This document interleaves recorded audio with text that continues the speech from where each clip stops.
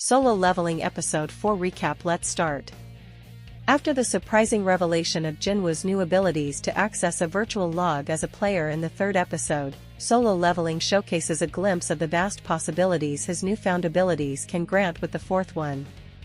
The relatively steady pacing of the previous episode is perfectly complemented by the action sequence-heavy spectacle of the current one, as Jinwoo takes on multiple new adversaries while testing his limits. Previously, after the dreadful experience inside the additional dungeon at the hands of the Godhead and its army of statues, Jinwoo received the ability to access a virtual log that allows his hunter capabilities to be enhanced, observed by him as a player of some sort.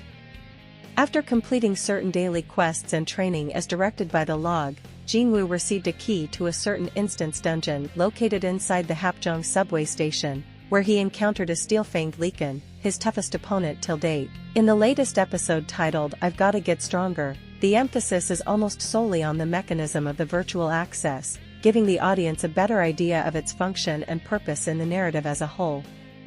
Facing the dreadful beast in front of him, Jinwoo seems intimidated yet confident enough to overcome his fears.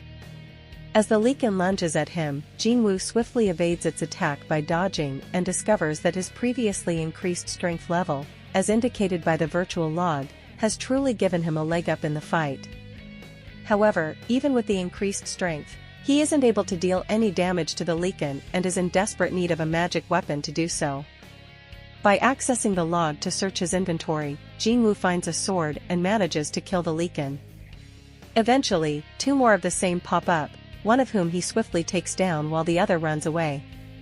Taking part in real combat allows him to level up, which results in replenished health and increases his stats as a player. Additionally, he notices that even though the slain beasts inside the instance dungeon aren't dropping any mana or essence stones, he has been provided with unique items for every beast decimated, allowing him either to sell them to earn credits or use them according to need. As we know, the setup is like a lit RPG setting, and Jinwoo is experiencing it all while venturing further into the rabbit hole of portals. Jinwoo considers clearing out the dungeon by confronting the dungeon boss in combat, thereby getting rewards and leveling up in the process, but at the same time he knows that he isn't that strong yet. However, the opportunity to increase his strength arrives as a horde of Lycans attack, and by killing them, Jinwoo rapidly stacks up experience, climbing up the level ladder. Among the rewards, Jinwoo finally receives a teleportation stone, using which he can return to his physical realm. However, the desire to get stronger implores him to continue venturing further. A leveled-up Jinwoo starts clashing with a newer bunch of stronger enemies like Brigas and Raisins, but manages to vanquish them with minimum effort. So far in his hunter career, Jinwoo has only received humiliation, pity, and disdain due to being a low-ranking combatant, but now that fate has presented a second chance at life, he is keen to grab it by both hands and become as strong as it needs to be to protect his family.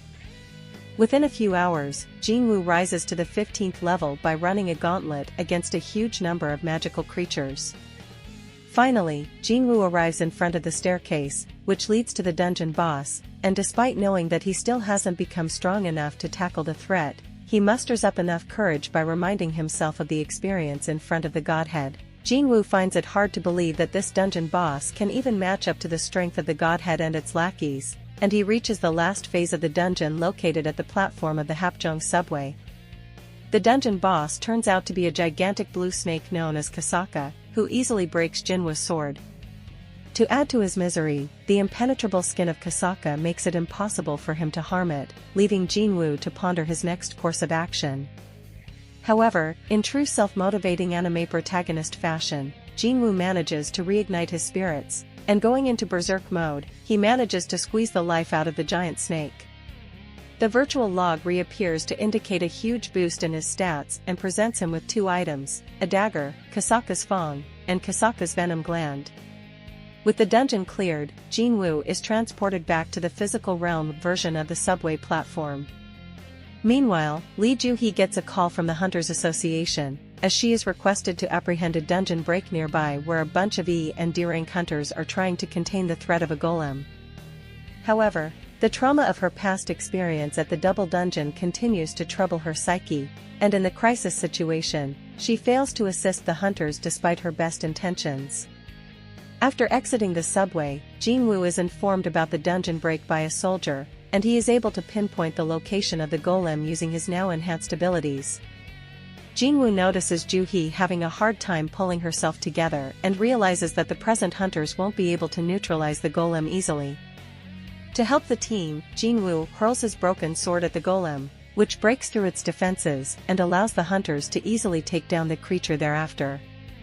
One of the hunters, a tank, notices the sword and gets bewildered, considering the strength of the person who used it to break down a golem's defenses.